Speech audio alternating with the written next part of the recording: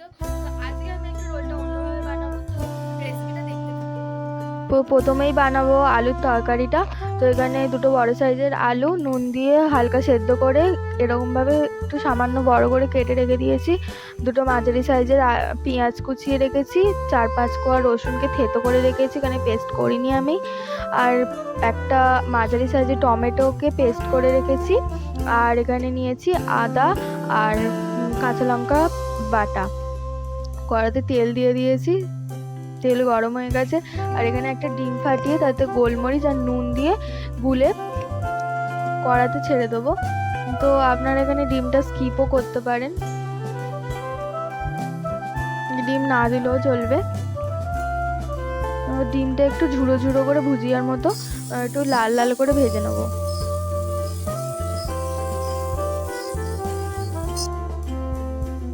তো দেখো ডিমটা আমার ভাজা হয়ে গেছে, এটা আমি প্লেটে তুলে রেখে দিচ্ছি। ওই তেলেই দেবো আর একটুখানি সর্ষের তেল। এটা কিন্তু একদমই অল্প তেল মশলায় হয়ে যায়। তো এবার ওর মধ্যেই দিচ্ছি কেটে রাখা পেঁয়াজগুলো,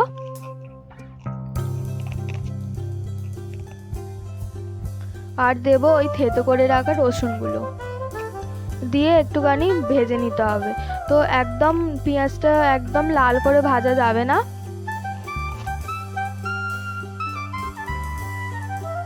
বেশি লাল করে ভাজলে কিন্তু এই তরকারিটা ভালো লাগবে না, হালকা একটু ব্রাউনিশ ভাব আসলেই হয়ে যাবে। তো দেখো এইভাবে পেঁয়াজটা আমি ভেজে নিয়েছি। তো তার মধ্যে এবার টমেটো পেস্টটা দিয়ে দেবো, আর আদা আর কাঁচা লঙ্কা যে পেস্ট করে রেখেছিলাম সেটাও দিয়ে দেবো। তো আপনার এখানে কাঁচা লঙ্কার বদলে শুকনো লঙ্কা পেস্ট বা শুকনো লঙ্কার গুঁড়োও দিতে পারেন। তা আমরা শুকনো লঙ্কা দোকানের কেনা খাই না, আমরা বাড়িতে ভেজে গুঁড়ো করে খাই।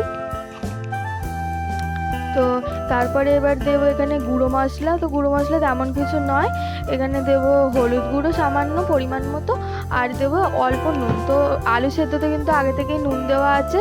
তো এখানে আর তরকারিতে কিন্তু একদমই ঝোল হবে না, তরকারিটা একদমই শুকনো শুকনো হবে, তাই একটু কম নুন দিলেই ভালো হয়। ও নুনটা কিন্তু মেপে আপনারা দেবেন। তো এখানে মশলা তেল ছেড়ে দিয়েছে, আর এর মধ্যে ওই সেদ্ধ করে রাখা আলুগুলো এবার দিয়ে দেবো।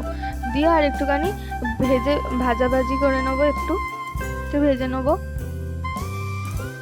তার মধ্যে একটুখানি হাফ বাটি মতো জল দিয়ে দিচ্ছি। তো আর একটুখানি আলুটা সেদ্ধ হওয়ার জন্য, একটু নরম হওয়ার জন্য হাফ বাটি মতো জল দিয়ে দিচ্ছি।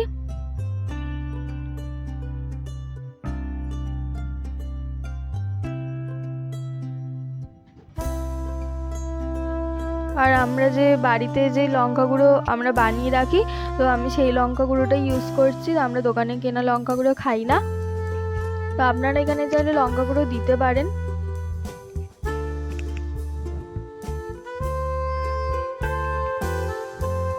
তো এবার সব কিছু ভালোভাবে একটু কষিয়ে নিতে হবে, জলটা শুকিয়ে যাওয়া অবধি। জল কিন্তু একদমই থাকলে ভালো লাগবে না, এই তরকারিটা একদম শুকনো শুকনো করে নিতে হবে। আর এই তরকারিটা কিন্তু মোগলাই পরোটার সাথে খুব ভালো লাগে, এটা কিন্তু মোগলাই পরোটারই একরকম তরকারি, কিন্তু আপনারা মোগলাই পরোটার সাথেও খেতে পারেন।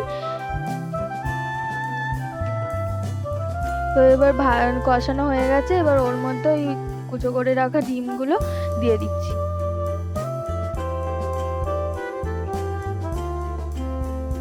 দিয়ে আর একটুখানি নাড়াচাড়া করে নেবো সামান্য। ব্যাস আমার তরকারি রেডি হয়ে গেছে, দেখুন কত সুন্দর তরকারিটা হয়েছে। তো তরকারি আমার এখানে কমপ্লিট হয়ে গেলে এবার ময়দাটা রেডি করে নেবো, লেচিটা। তো এখানে আটা অল্প হাফ বাটি মতো দিয়েছি, আর দিয়েছি ময়দা পরিমাণ মতো, আপনারা যেমন খাবেন। দিয়ে নর্মাল পরোটার যেমন আটা মাখে, তো সেইভাবে আপনারা আটাটা মেখে নেবেন। আর তার মধ্যে এরকম আমি কোনো লাচ্ছা পরোটা বানাইনি, এখানে নর্মাল যেমন আপনারা রুটি বানান সেই রকম আমি এখানে ময়দা গুঁড়ো দিয়ে করেছি। তো আপনারা এখানে রিফাইন্ড অয়েল দিয়েও আপনারা বেলে নিতে পারেন। তো এখানে চাটু বসিয়ে দিচ্ছি, আর চাটু গরম হয়ে গেছে। তো তার মধ্যে এবার ওই বেলে রাখা রুটিটা আমি দিয়ে দিলাম। তো রুটিটা কিন্তু আমি এখন কোনো তেল দেব না, রুটির মতো হালকা একটু সেঁকে নেব।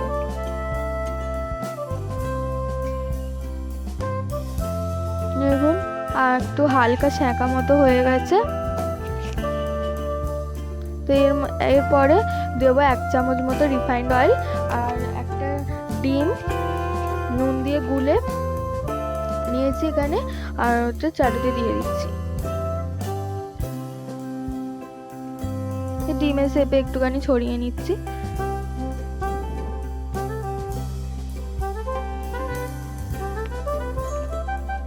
তার মধ্যে ওই সেঁকে রাখা রুটিটাও এবার দিয়ে দেবো ওর ওপরেই, দিয়ে উল্টে পাল্টে এবার ভালো করে একটু তেল দিয়ে ভেজে নিতে হবে। তো এটা বেশি তেল দেওয়ারও প্রয়োজন পড়ে না, অল্প তেলেই হয়ে যায় আর হেলদিও হয়।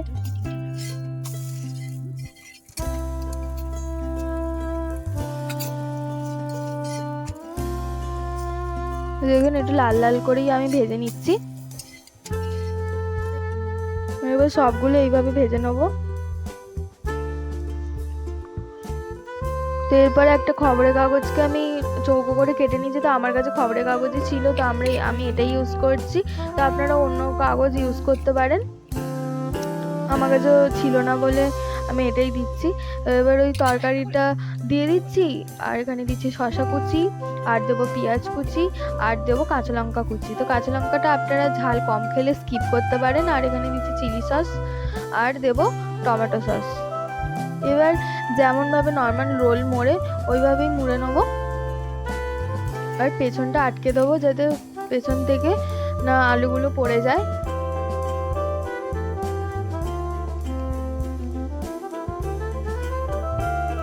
দেখুন আমি করে নিয়েছি, এবার সবগুলো এইভাবেই করে নেবো। দেখুন আমার সবগুলো রেডি করা হয়ে গেছে। তো এটা কিন্তু আপনারা